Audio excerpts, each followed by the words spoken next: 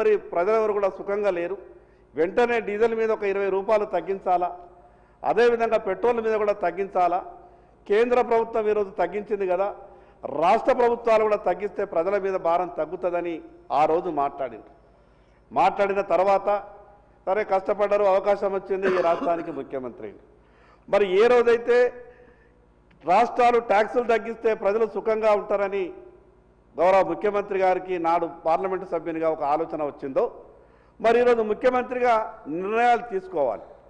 ఆ రోజు ప్రతిపక్షంలో ఉన్నప్పుడు మాట్లాడినటువంటి మాటలకు అధికారంలోకి వచ్చిన తర్వాత ఆ మాటలను ఒక్కసారి గుర్తు చేసుకొని పక్క రాష్ట్రాలలో ఇంత తగ్గింది, మరి ఈ రాష్ట్రంలో కూడా తగ్గించాల్సినటువంటి అవసరం ఉంది.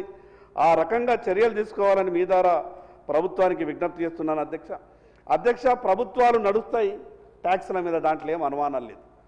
కానీ ప్రజలకు ఇబ్బంది కలగకుండా ప్రభుత్వాలు ఆర్థికంగా నిలబడే విధంగా ఈ ట్యాక్సేషన్ విధానం తప్పనిసరిగా ఉండాలి. ప్రతిదానికి అంతకుముందు అధ్యక్ష రాష్ట్రాలు కేవలం తన సంపాదన మీద ఆధారపడి మాత్రమే సంక్షేమ పథకాలు కానీ అభివృద్ధి కార్యక్రమాలు కానీ చేసుకుంటుండే. ఏమైందో తెలియదు. 2000 సంవత్సరం తర్వాత 99 2000 సంవత్సరాల తర్వాత కానీ మారిన ఆర్థిక పరిస్థితులు కావచ్చు, ఎక్కడ కూడా ప్రభుత్వ సంపాదన కన్నా లోన్లు ఎట్లా తెచ్చుకుందాం, ఎట్లా సంక్షేమ పథకాలు అమలు చేద్దాం, ఎట్లా అభివృద్ధి కార్యక్రమాలు చేద్దామనే ఆలోచన తప్పితే ఎక్కడ కూడా రాష్ట్ర ఆర్థిక పరిస్థితి స్థిరంగా ఉండే విధంగా ప్రభుత్వాలు చర్యలు తీసుకోవడంలో కొంత విఫలమైనట్టు అనిపిస్తున్నాయి.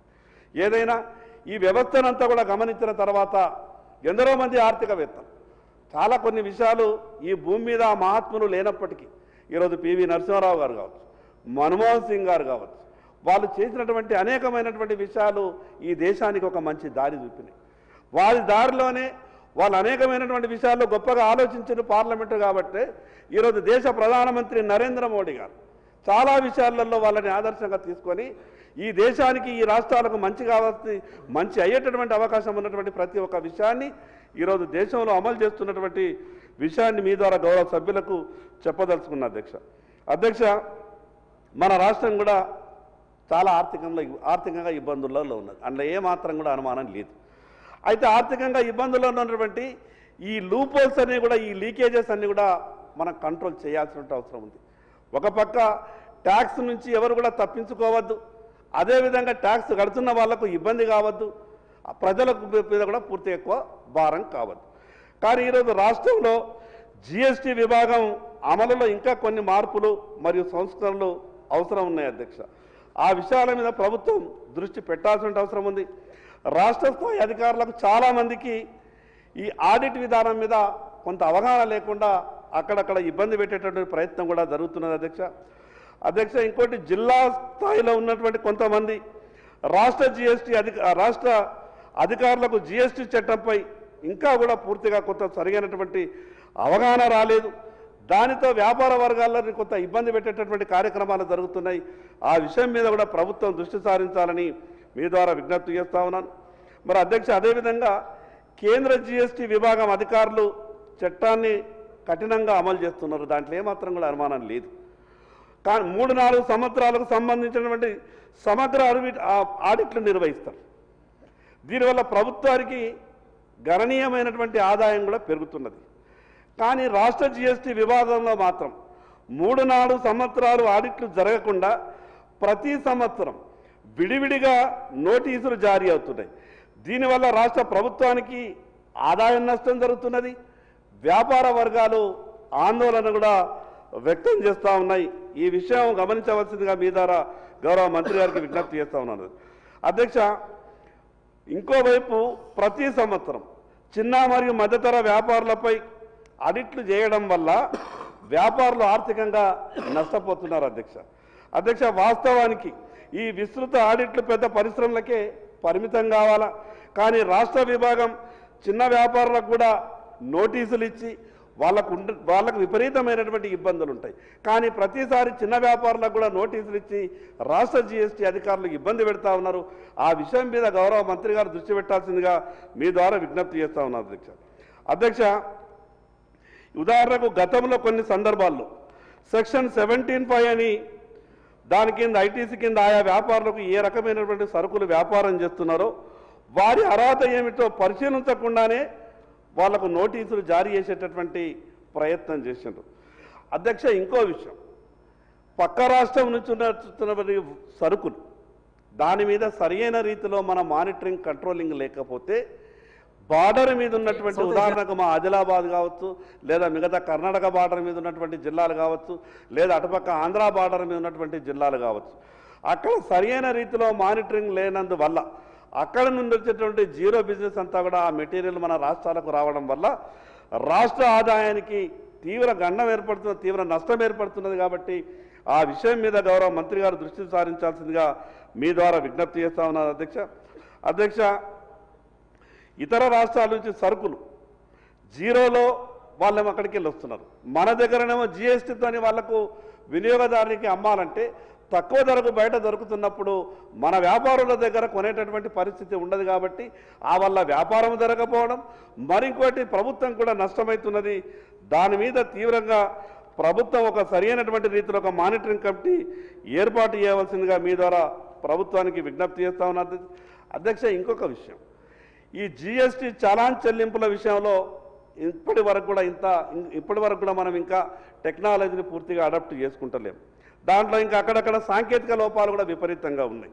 సాంకేతిక లోపాలు ఉన్న కారణంగా ఆ సాంకేతిక లోపాలని మనం కింద సరిదిద్దుకోకపోతే బిజినెస్ ట్రాన్సాక్షన్ కూడా చాలా స్లోగా జరిగేటటువంటి అవకాశం ఉంటుంది.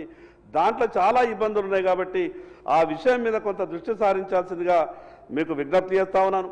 మరి అదేవిధంగా ఇతర రాష్ట్రాలలో జిఎస్టీ చాలాన్ల చెల్లింపుల కోసం క్యూఆర్ స్కానర్లు, యూపీఐ వంటి డిజిటల్ చెల్లింపుల విధానం అందుబాటులో ఉన్నాయి.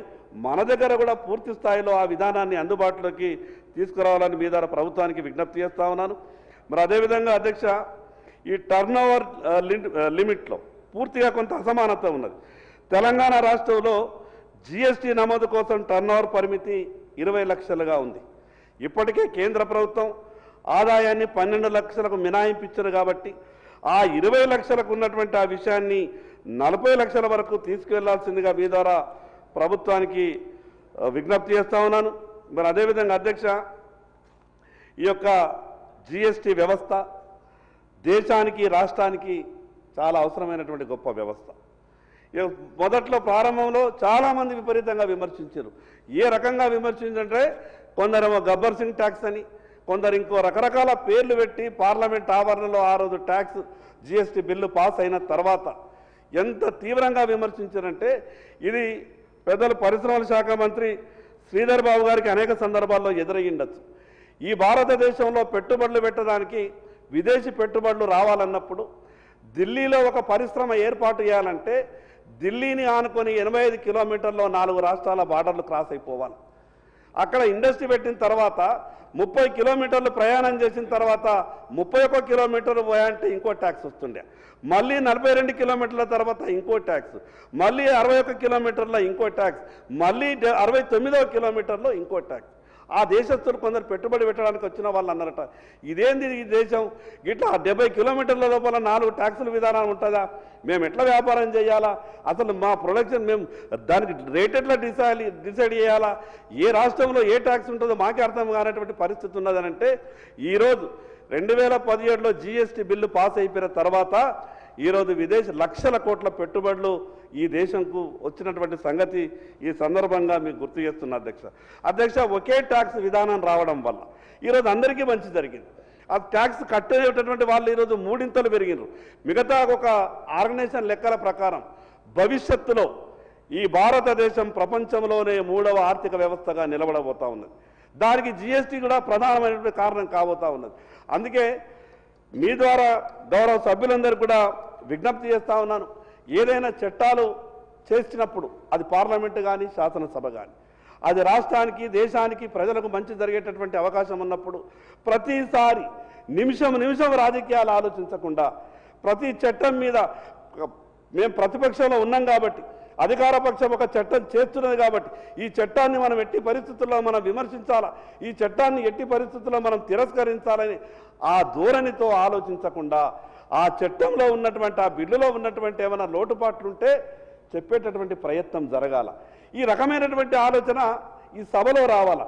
కానీ ఎందుకో ఏమో వాళ్ళు ప్రతిపాదిస్తే మేము వ్యతిరేకించాలా, మేము ప్రతిపాదిస్తే వాళ్ళు వ్యతిరేకించాలా, ఈ రకమైనటువంటి పద్ధతి కాకుండా ఈ యొక్క చట్టాన్ని సరైన రీతిలో ఇక్కడ ఉన్నటువంటి కొన్ని లూపోల్స్ అన్నీ కూడా ఈ లీకేజెస్ అన్నీ కూడా ఆపి ఈ రాష్ట్ర ఆర్థిక పరిస్థితి ఇంకా మరింత మెరుగుపరుచుకునే విధంగా ప్రజల సంక్షేమ పథకాలు అమలు చేయడానికి కానీ అభివృద్ధి కార్యక్రమాలు తీర్చడానికి కానీ మనకెంతో దోహదపడుతుందని తెలియజేసుకుంటూ ఈ అవకాశం ఇచ్చినటువంటి మీకు మరొకసారి ధన్యవాదాలు తెలియజేస్తూ సెలవు తీసుకుంటున్నా అధ్యక్ష. Thank you.